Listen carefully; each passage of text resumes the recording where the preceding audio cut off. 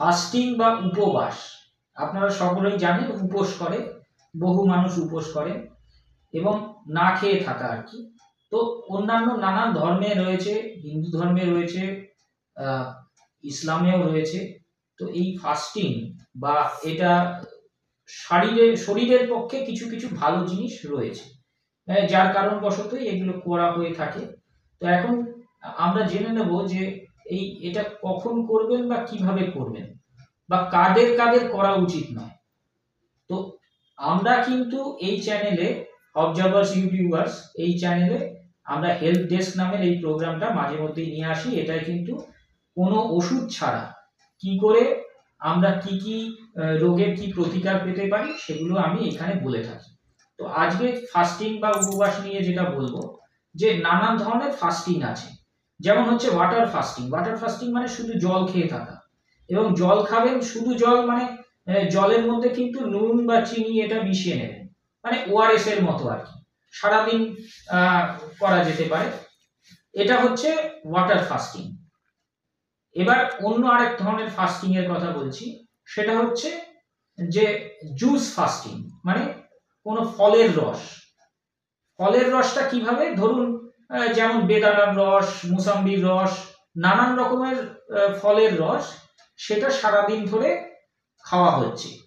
বা এর সাথে ধরুন ডাবের জল, বা ধরুন আপনার এই তরমুজের রস, বা আপনার যেটা এই পাতি লেবুর যে শরবত হয় সেটা, এগুলো সব জুস। এবার এই জুসের মধ্যে আরো অন্য ধরনের হতে পারে, যেমন এই যে ভেজিটেবল যে স্টু হয় না, স্টু করার পর ওই স্টু এর যে জলটা থাকে সেই জলটা অনেকে খেয়ে থাকে। অনেকে ভাতের মাড় বা ভাতের ফ্যান যেটাকে বলে, সেইটার মধ্যে ডিমের সাদা অংশ সেটা ফেটিয়ে সেটা জলের সঙ্গে, মানে ভাতের যে ফ্যানটা থাকে বা ভাতের মাড় থাকে তার সঙ্গে মিশিয়ে খান। সেটাও কিন্তু এক ধরনের ফাস্টিং।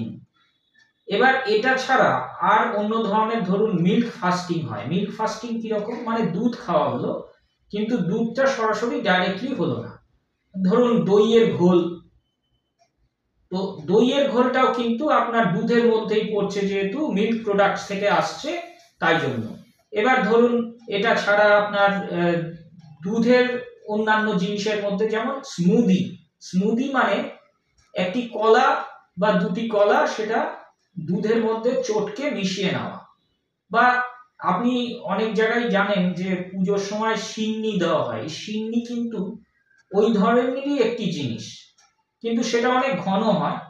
আপনারা যেটা খেতে পারেন সেটা হচ্ছে পাতলা, মানে খুব গাঢ় বা ঘন নয়। এই যে ছাতুর শরবত বহু মানুষ খেয়ে থাকেন, এটা কিন্তু দীর্ঘ সময় ধরে পেটে থাকে এবং আপনাদের খিদেও পাবে না। এবং এই যে ফাস্টিংটা করা হয়, এটা সলিড ফুড খাওয়া হচ্ছে না, মানে শক্ত জাতীয় খাবার খাওয়া হচ্ছে না। এতে কি হচ্ছে, পাকস্থলীকে অনেকটা কিন্তু রেস্ট দেওয়া হচ্ছে, আর শরীরের মধ্যে যত মানে বর্জ্য পদার্থ আছে, মরবিড ম্যাটার্স, সেগুলো বেরিয়ে আসছে, ডিস্টক্সিফাই হচ্ছে। এবং এটার সাথে সাথে কিন্তু একটা হট বাথ, মানে একটা টাব, মানে স্নানের যে টাব, সেই চৌবাচ্চার মধ্যে একজন যদি 40°C গরম জলের মধ্যে যদি সে শুয়ে থাকে, তাহলে কিন্তু একটা ঘাম দেখা দেবে এবং শরীরের মধ্যে থেকে, মানে কপালে বিন্দু বিন্দু ঘাম আসবে এবং শরীরের মধ্যে থেকে যা বর্জ্য পদার্থ সেগুলো কিন্তু শরীরের মধ্যে থেকে বেরিয়ে আসবে। তো এইটা হচ্ছে হট বাথ বা স্নান। সেই স্নানটা ওটার মধ্যে, ওই টাবের মধ্যে করতে হবে। এটা নেচারোপ্যাথির একটি পদ্ধতি। এবং এই যে ফাস্টিং গুলোর কথা বলছি, বা না খেয়ে থাকা যে উপবাস, সেই উপবাসগুলো কিন্তু নেচারোপ্যাথির একটা খুব বড় একটা জায়গা রয়েছে, এবং সেটা কিন্তু খুবই আমাদের কার্যকরী, খুব ভালোভাবে কাজ করে, এবং ডায়াবেটিসের ক্ষেত্রে তো ভীষণভাবে কাজ করে। এবং এটা ছাড়া অন্য ধরনের আরো ধরনের ফাস্টিং হয়, সেগুলো কিরকম, সেগুলো সম্পর্কে যদি বলি, তাহলে অনেকে বলেন যে ইন্টারমিটেন্ট ফাস্টিং এখন খুব শুনছেন, খুব প্রচলিত হয়েছে। এমনকি অ্যালোপ্যাথ ডাক্তাররা তারা কিন্তু এই নেচারোপ্যাথির বিষয়টা নিয়ে খুব তারা চর্চা করছেন, এবং এটা কিন্তু অ্যালোপ্যাথির কোনো সিস্টেমই নয়, এটা নেচারোপ্যাথি।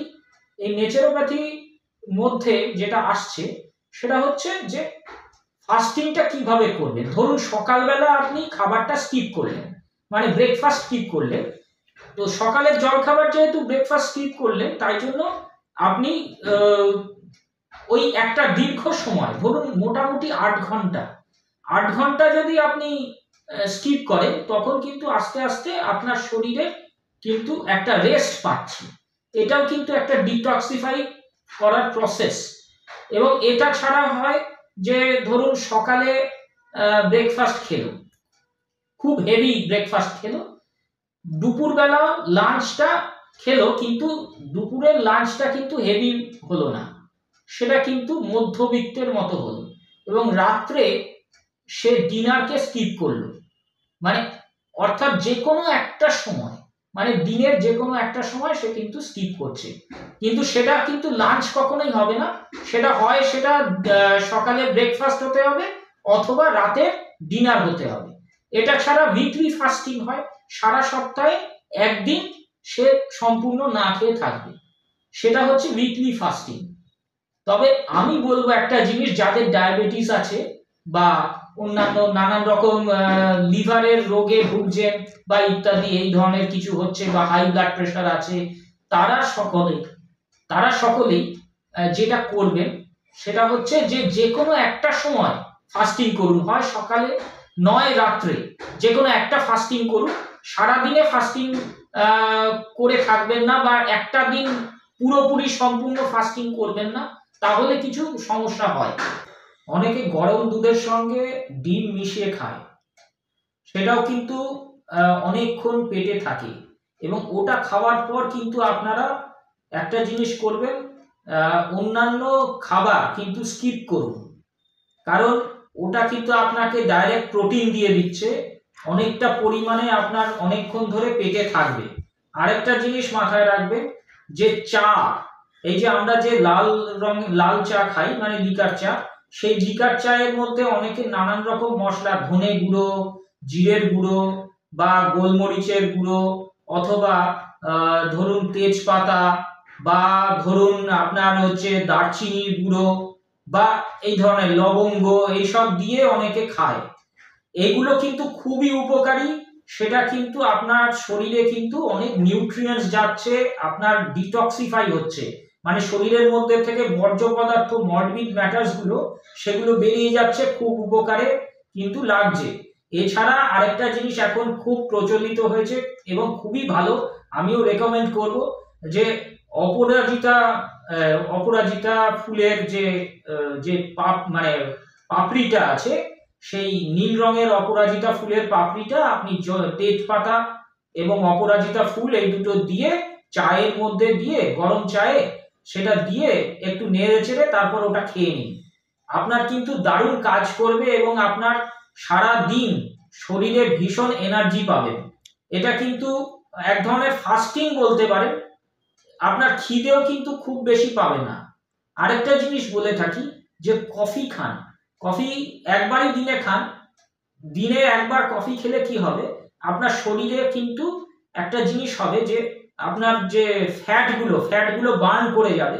না খেয়ে থাকলে কিন্তু শরীরের যে ফ্যাট থাকে, সেই ফ্যাটগুলো কিন্তু আস্তে আস্তে সেটা বার্ন করে যায়, শরীরের মধ্যে পুড়ে সেটা কিন্তু আমাদের শরীরে কাজে লেগে যায়, তাই জন্য ফ্যাট বার্নিং হয় বলে একজনের মোটা হয়ে যাওয়া সেইটা কিন্তু কমে যায়। তো ফাস্টিং এর এটা একটা কিন্তু খুব ভালো দিক, যে একজন মোটালো ব্যক্তি সে যদি এরকম ধরনের ফাস্টিং বেশ কিছু টাইম করেন, মানে উপবাস করেন, তাহলে কিন্তু তিনি ছিপছিপে একটা এবং সুন্দর চেহারা এবং মাসেল টোন সেগুলো কিন্তু পাবেন। আরেকটা জিনিস সেটা হচ্ছে, এই যে এই চাটা কিন্তু যেটা বললাম, যে তেজপাতা ইত্যাদি আরো, বা অপরাজিতা ফুল, হ্যাঁ, নীলকণ্ঠ ফুল যেটা বলে, সেগুলো দিয়ে যেটা আপনি খাচ্ছেন, সেগুলো কোনোটাতেই কিন্তু চায়ে মিষ্টি দেবেন না। চায়ে মিষ্টি দিলে কিন্তু আপনার সেই জিনিসটা হলো না, যেটা যে উপকারিতাটা আপনি পেতে চলেছিলেন সেটা পেলেন না। আরেকটা জিনিস, এই যে মশলাগুলো যেগুলো বললাম, সেই মশলাগুলো কিন্তু চায়ের মধ্যে টকবক করে ফুটছে সেই অবস্থায় দেবেন না, কারণ এই যে মশলাগুলোর যে গুণাগুণ, সেই গুণাগুণ যখন আপনি গরম করে ফেলছেন বা ফুটিয়ে সেদ্ধ করে ফেলছেন, তখন তার গুণাগুণ কিন্তু চলে যাচ্ছে। তো সুতরাং আপনার শরীরে সেগুলো কোনোটাই কিন্তু ব্যবহার করা হলো না, মানে শরীর কিন্তু কোনো কাজে লাগাতে পারলো না। তাহলে আপনাকে কি করতে হবে, চাটা যখন গরম আছে, চাটা ফুটছে না, মানে আপনি ছেঁকে সেই চাটা কিন্তু কাপে নিয়ে নিয়েছেন, পেয়ালাতে নিয়ে নিয়েছেন, তখন আপনি তার সঙ্গে মেশালে কিন্তু আপনার এই উপকারটা পুরোটাই আপনার শরীরে কিন্তু পাবেন। তো এইটা হচ্ছে পদ্ধতি বললাম ফাস্টিং বা মানে উপবাস কিভাবে করবেন, কারা করবেন না সেটা শুনে নিন। প্রেগনেন্ট মহিলা মানে অন্তঃসত্ত্বা মহিলা তারা করবেন না। টিউবারকুলোসিসে ভুগছেন যেসব পেশেন্ট, তারা কিন্তু অতি অবশ্যই খাবার দাবার খাবেন, তারা কিন্তু কখনোই এই ফাস্টিং এর দিকে যাবেন না, একেবারেই নয়। আপনারা এই ফাস্টিং করুন, কিন্তু বুঝে শুনে করুন। আপনি কালকে কোনো একটা জায়গায় দেখেছেন, যোগার একটা ভিডিও দেখেছেন, সেখানে দেখেই আপনি ফাস্টিং করা শুরু করলেন, সেটা কিন্তু আপনার বিপদও ডেকে আনতে পারে। আপনি আপনার কোনটা প্রয়োজন সেরকম বুঝে কোনো নেচারোপ্যাথ তার কাছে যান, গিয়ে সেটা জানুন, তারপর কিন্তু ফাস্টিং করুন। এতে কিছু উপকার পাবেন, ইউরিক অ্যাসিড কমবে, আমাদের শরীরে ব্লাড সুগার লেভেল ঠিক হবে, ফ্যাটি লিভার কমবে। তো আপনারা এগুলো করুন, কিন্তু অতি অবশ্যই একজন ডাক্তারের পরামর্শ, নেচারোপ্যাথের পরামর্শ নিয়ে তবেই করবেন। ধন্যবাদ এবং নমস্কার। আজকের জন্য প্রোগ্রামটা এখানেই শেষ হলো।